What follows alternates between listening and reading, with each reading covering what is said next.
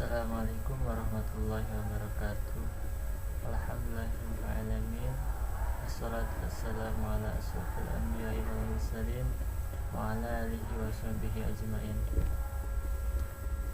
Alhamdulillah anak-anak, di pagi hari ini kita bisa lagi bertemu dalam rangka pembelajaran pendidikan agama Islam dan budi pekerti. Sebelumnya, mari kita awali pembelajaran kita dengan membaca doa dulu. Bismillahirrahmanirrahim. Allahumma inna nas'aluka hikmataka wansur alayya min khazaini rahmatika ya arhamar rahimin. Rabbi shrah li sadri wa yassir li amri wahlul 'uqdatam min lisani yafqahu qawli. Semoga di Jumat yang penuh berkah ini, di Jumat yang mulia ini, kita mendapatkan ilmu yang bermanfaat, dan semoga orang tua kita dikasih rezeki yang halal, banyak dan berkah oleh Allah. Amin ya rabbal alamin. Untuk pertemuan sekarang kita tidak akan dulu maju ke bab 4. Kita akan mencoba mengulang lagi bab 1, karena di bab 1 dulu ada yang gak sempat tersampaikan, yaitu mengenai kisah-kisah para nabi. Jadi untuk pembelajaran sekarang akan membahas tentang kisah-kisah para nabi dulu. Sebelumnya coba mengisi absen dulu yang belum. Untuk absen hari sekarang melalui WhatsApp group saja ya.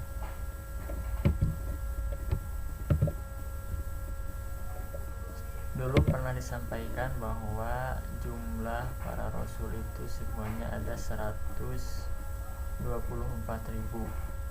dan yang termasuk rasul hanya 313.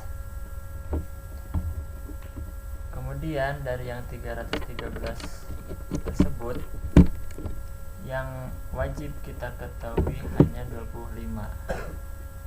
Dan akan kita bahas sekarang mengenai kisah 25 nabi dan rasul. Yang pertama ada Nabi Adam. Nabi Adam adalah bapak semua manusia, karena manusia yang pertama diciptakan oleh Allah adalah Nabi Adam.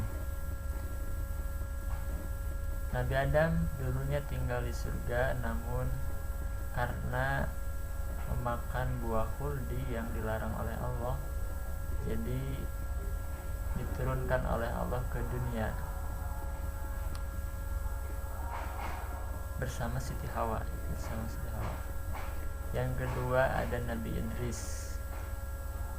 Nabi Idris nama aslinya adalah Ahnum, namun karena beliau banyak mempelajari sohifah, banyak mempelajari wahyu dari Allah,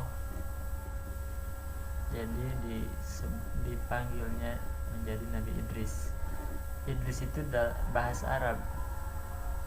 Kalau kita suka menyebutnya ngadaras, membaca.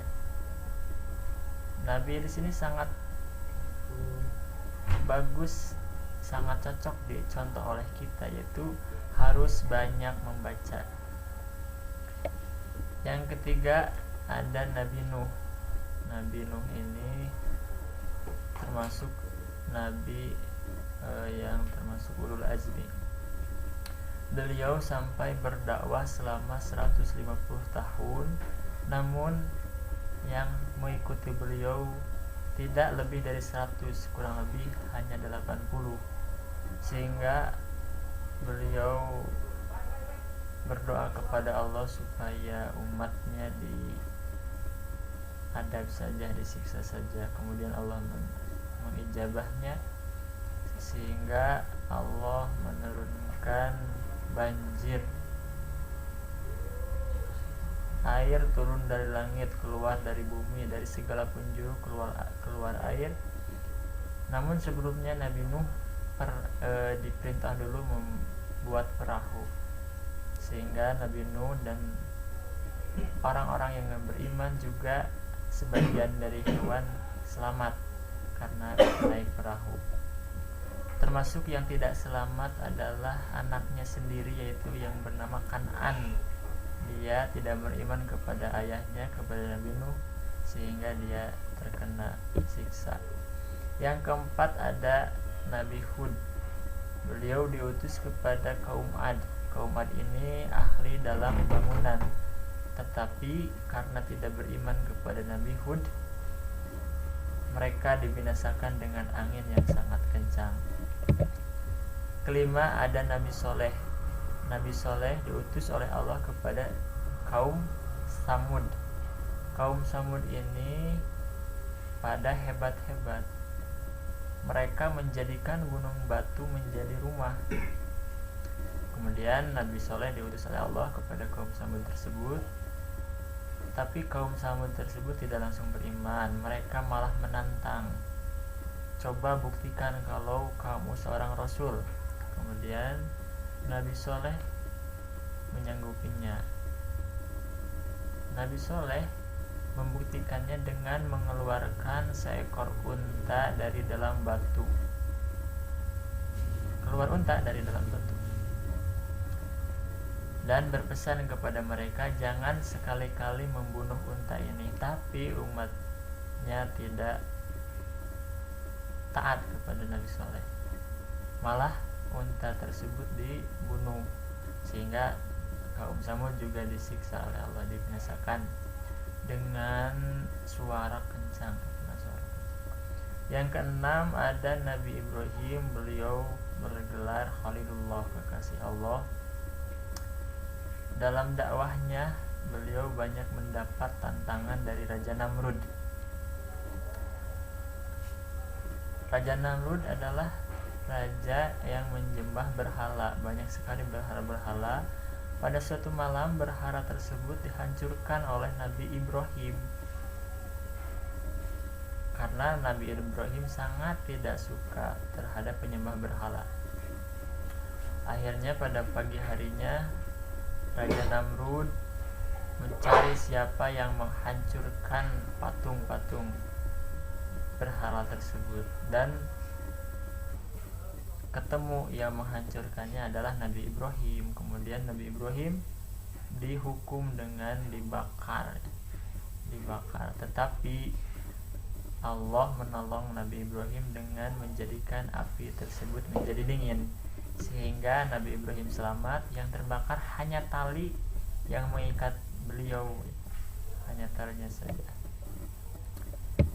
Patut kita contoh keberanian Nabi Ibrahim meskipun melawan raja, ya. Raja Namrud ini konon memiliki kerajaan hampir seperempat dunia, hampir seperempat bumi. Tapi Nabi Ibrahim tidak gentar menghadapi orang tersebut, raja tersebut. Kemudian ada yang ketujuh Nabi Lut. Nabi Lut diutus oleh Allah kepada kaum Sodom, kepada penduduk negeri Sodom. Penduduk negeri Sodom terkenal menyukai sama jenis, sehingga dihujani, diazab oleh Allah dengan hujan batu. Nabi Lut dengan kaum yang beriman selamat. Kemudian kedelapan ada Nabi Ismail. Nabi Ismail ini putra Nabi Ibrahim dan Siti Hajar. Beliau pernah mau disembelih oleh ayahnya Nabi Ibrahim karena Nabi Ibrahim tidak mendapat putra, sudah lama tidak mendapat anak, tidak diberi anak oleh Allah, sehingga pernah berucap, kalau misalnya diberi anak nanti akan dikurbankan, karena beliau sangat dermawan. Kalau ada tamu langsung menyembelih hewan. Akhirnya Allah memberi anak kepada Nabi Ibrahim, yaitu dari Siti Hajar, yaitu yang bernama Nabi Ismail. Kemudian Allah menagih janji Nabi Ibrahim yang tadi. Akhirnya Nabi Ibrahim karena sangat taat kepada Allah hingga beliau mencoba untuk menyembelih Nabi Ismail, tapi karena Allah sangat sayang kepada Nabi Ibrahim sehingga menjadikan Nabi Ismail diganti menjadi domba dari surga. Itu asal usul asal mulanya adanya perintah kurban. Kemudian ada lagi Nabi Ishak juga sama putra Nabi Ibrahim, tapi dari ibu yang berbeda. Ibu Nabi Ishak adalah Siti Sarah. Pada awalnya Nabi Ibrahim tadi kan berdoa ingin mempunyai anak, tapi tidak diberi anak, sehingga Siti Hajar memberi izin kepada Nabi Ibrahim untuk menikah lagi. Nabi Ibrahim menikah lagi dengan Siti Sarah. Ternyata dari Siti Sarah tidak lama langsung memiliki anak, langsung hamil Siti Sarah, yaitu yang nanti anaknya adalah Nabi Ishak. Tidak lama kemudian setelah Nabi Ishak dikandung, Siti Hajar juga mengandung Nabi Ismail, sehingga Nabi Ibrahim dikaruniai 2 anak. Kemudian ada lagi Nabi Yakub.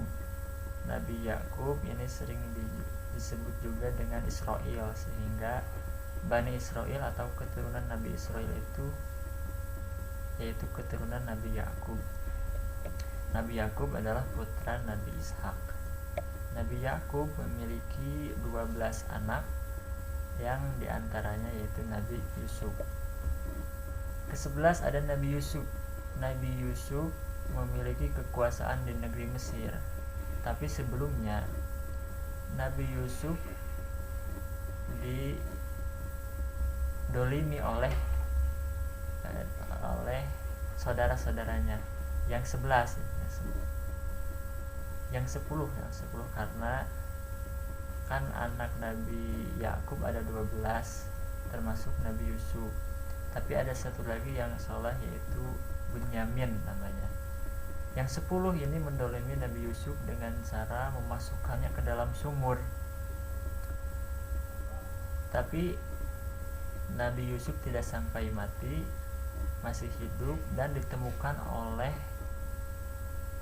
menteri di kerajaan Mesir, di negeri Mesir, dan dibawa Nabi Yusuf ke negeri Mesir sampai pada akhirnya Nabi Yusuf bisa memiliki kekuasaan, sehingga pada akhirnya Nabi Yusuf memiliki kekuasaan di negeri Mesir tersebut. Nabi Yusuf di negeri Mesirnya itu beliau menjadi seorang bendahara negara.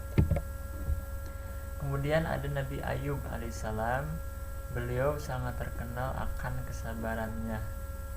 Beliau diuji oleh Allah dengan sakit sampai lamanya itu 7 tahun, tapi beliau sabar, pada akhirnya disembuhkan setelah 7 tahun oleh Allah. Kemudian ada Nabi Zulkifli alaihissalam. Beliau putra Nabi Ayub. Beliau juga menjadi raja di negeri Bani Israel. Kemudian ke-14 ada Nabi Shu'aib. Beliau diutus kepada penduduk Madian. Penduduk Madian ini terkenal sebagai penipu, pencuri timbangan, hingga mereka digoncang gempa bumi sampai musnah. Misal ada yang membeli, si timbangannya dikurangi, yang harusnya sekilo misal hanya dikasih misal 0,9 ons. Jadi tuh penduduk Madian ini suka mengurangi timbangan. Kemudian yang ke-15 ada Nabi Harun. Nabi Harun adalah saudara Nabi Musa. Pada awalnya Nabi Musa sendiri menjadi rasulnya, kemudian meminta kepada Allah supaya menjadikan saudaranya juga menjadi seorang rasul, yaitu Nabi Harun. untuk bersama-sama menghadapi Raja Fir'aun. Kemudian yang ke-16 ada Nabi Musa alaihissalam. Beliau diutus oleh Allah menghadapi Fir'aun. Fir'aun ini raja yang sangat sombong karena dia belum pernah merasakan sakit hingga dia berani mengaku menjadi Tuhan. Kemudian didakwahi oleh Nabi Musa, tapi Fir'aun menolak dakwahnya dan menantang Nabi Musa mengadu untuk menghadapi ahli sihir di pengikut-pengikut Fir'aun. Kemudian Nabi Musa menghadapi ahli sihir dan mengalahkannya dengan cara melemparkan tongkatnya Nabi Musa, sehingga tongkat tersebut menjadi ular. Karena Nabi Musa terus bertambah pengikutnya, Fir'aun mencoba menghentikannya, tapi Nabi Musa kemudian lari bersama pengikut-pengikutnya hingga sampai di tepi pantai. Kebingungan, kemudian Allah mewahyukan supaya memukulkan tongkatnya ke laut.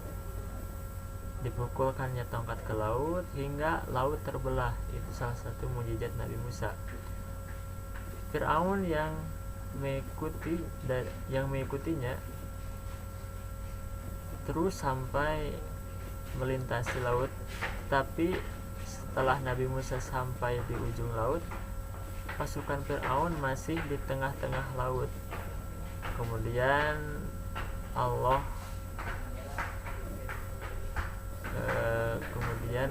menenggelamkan Fir'aun dan pengikutnya di laut.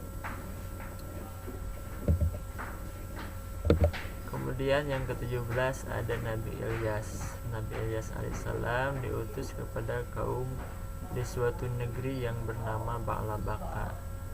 Masih keturunan Bani Israel, masih dari Bani Israel. Yang ke-18 ada Nabi Ilyasa. Nabi Ilyasa ini meneruskan tugas Nabi Ilyas, yaitu mengajarkan Taurat dan Zabur kepada Bani Israel.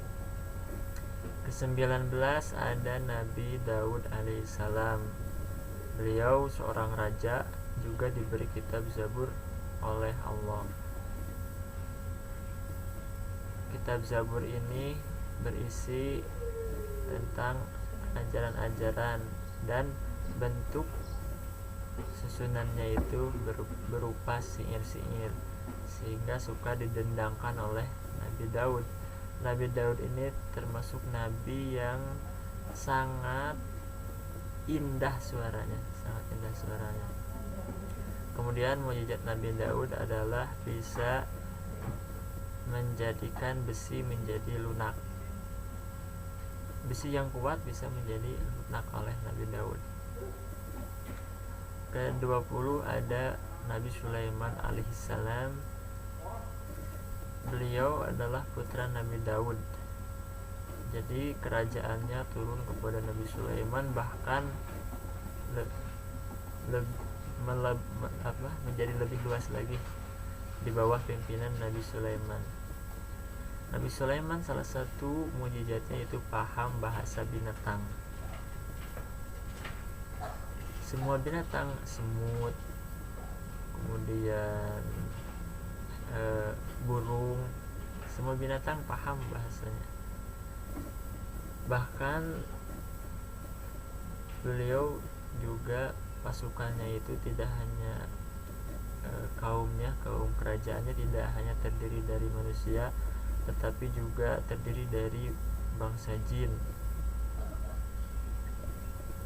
Kerajaannya itu hampir seperempat luas bumi.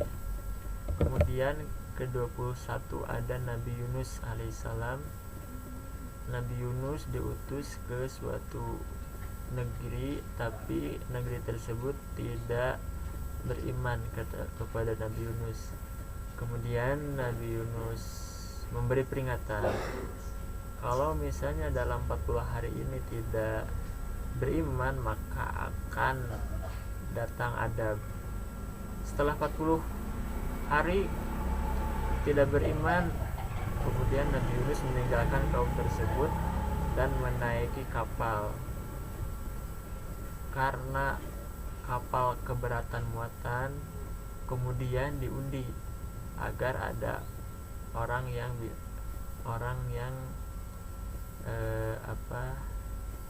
keluar dari kapal tersebut. Setelah barang-barangnya dibuang ke laut, kapalnya masih kelebihan muatan, hingga harus ada orang yang berkorban. Diundi, yang keluar terus menerus Nabi Yunus sampai 3 kali. Akhirnya Nabi Yunus melompat ke laut dan ditelan oleh ikan. Sampai ada yang menyebutkan 3 hari, ada yang menyebutkan sampai 40 hari. Kemudian Nabi Yunus berdoa kepada Allah dengan membaca la ilaha illa anta subhanaka inni kuntu minadz dzalimin. Akhirnya Allah mengampuni Nabi Yunus dan mengeluarkannya dari perut ikan. Kemudian Nabi Yunus setelah keluar dari perut ikan kembali lagi ke kaumnya, dan kaumnya sudah beriman kepada Allah. Kedua-dua ada Nabi Zakaria alaihissalam. Beliau tinggal di Palestina, berarti beliau sebagai juru kunci Baitul Maqdis. Baitul Maqdis ini ada di negeri Palestina kan. Sekarang disebutnya Masjidil Aqsa. Beliau wafat dalam suatu pembunuhan oleh Bani Israel. Beliau wafat dalam keadaan syahid. Yang kedua-tiga ada Nabi Yahya alaihissalam. Beliau menggantikan ayahnya Nabi Zakaria, mengajarkan Taurat dan Zabur kepada Bani Israel. Kedua-empat ada Nabi Isa alaihissalam. Beliau dilahirkan tanpa ayah, tapi langsung ruhnya diberikan oleh Allah melalui malaikat Jibril. Oleh malaikat Jibril ditiupkan kepada rahim ibunya, yaitu Siti Maryam. Jadi ibu Nabi Isa adalah Siti Maryam. Siti Maryam hamil dan melahirkan Nabi Isa tanpa seorang ayah. Akhirnya Bani Israel mengutuk Siti Maryam, menuduh bahwa Siti Maryam telah zina. Akhirnya coba saja, kata Siti Maryam, tanyakan kepada bayi ini. Akhirnya bayi ini, yaitu Nabi Isa, berbicara kepada Bani Israel bahwa Nabi Isa adalah hamba Allah dan yang akan mendapatkan kitab dari Allah. Jadi Nabi Isa masih bayi sudah bisa berbicara. Setelah besar sekitar umur 33 tahun, Bani sudah menjadi rasul, sudah mendapatkan kitab Injil, tetapi kaumnya yaitu Bani Israel tidak mau beriman kepada Nabi Isa dan malah mencoba membunuhnya. Tapi dalam percobaan pembunuhan tersebut, Nabi Isa diselamatkan oleh Allah dan diangkat ke langit kedua. Nabi Isa ini sampai sekarang masih hidup, yaitu berada di langit kedua. Dan nanti di akhir zaman menjelang kiamat, Nabi Isa akan turun lagi ke bumi dan akan membunuh Dajjal. Dajjal kan salah satu ciri kiamat. Yang terakhir, yang ke-25 ada Nabi kita semua, yaitu Nabi Muhammad SAW. Beliau Nabi terakhir yang diutus kepada seluruh umat manusia, yaitu Nabi kita. Kita sudah seharusnya harus memperbanyak membaca sholawat kepada Nabi Muhammad, kepada Nabi kita. Apalagi sekarang di hari Jumat harus lebih banyak lagi sholawatnya, karena sholawat di hari Jumat akan dipersaksikan. Sekian pembahasan kita hari ini. Semoga ada yang bisa Semoga bermanfaat untuk kita semua, khususnya untuk yang berbicara, umumnya untuk yang mendengarkan. Kalau ada yang mau ditanyakan silahkan via WhatsApp grup saja. Yang belum absen silahkan absen dulu. Dan untuk tugasnya hari ini, coba tuliskan 7 ibroh pelajaran. Ibroh itu pelajaran. Coba tuliskan 7 pelajaran yang bisa kalian ambil dari kisah 25 nabi tadi. Sekian yang bisa Bapak sampaikan. Assalamualaikum warahmatullahi wabarakatuh.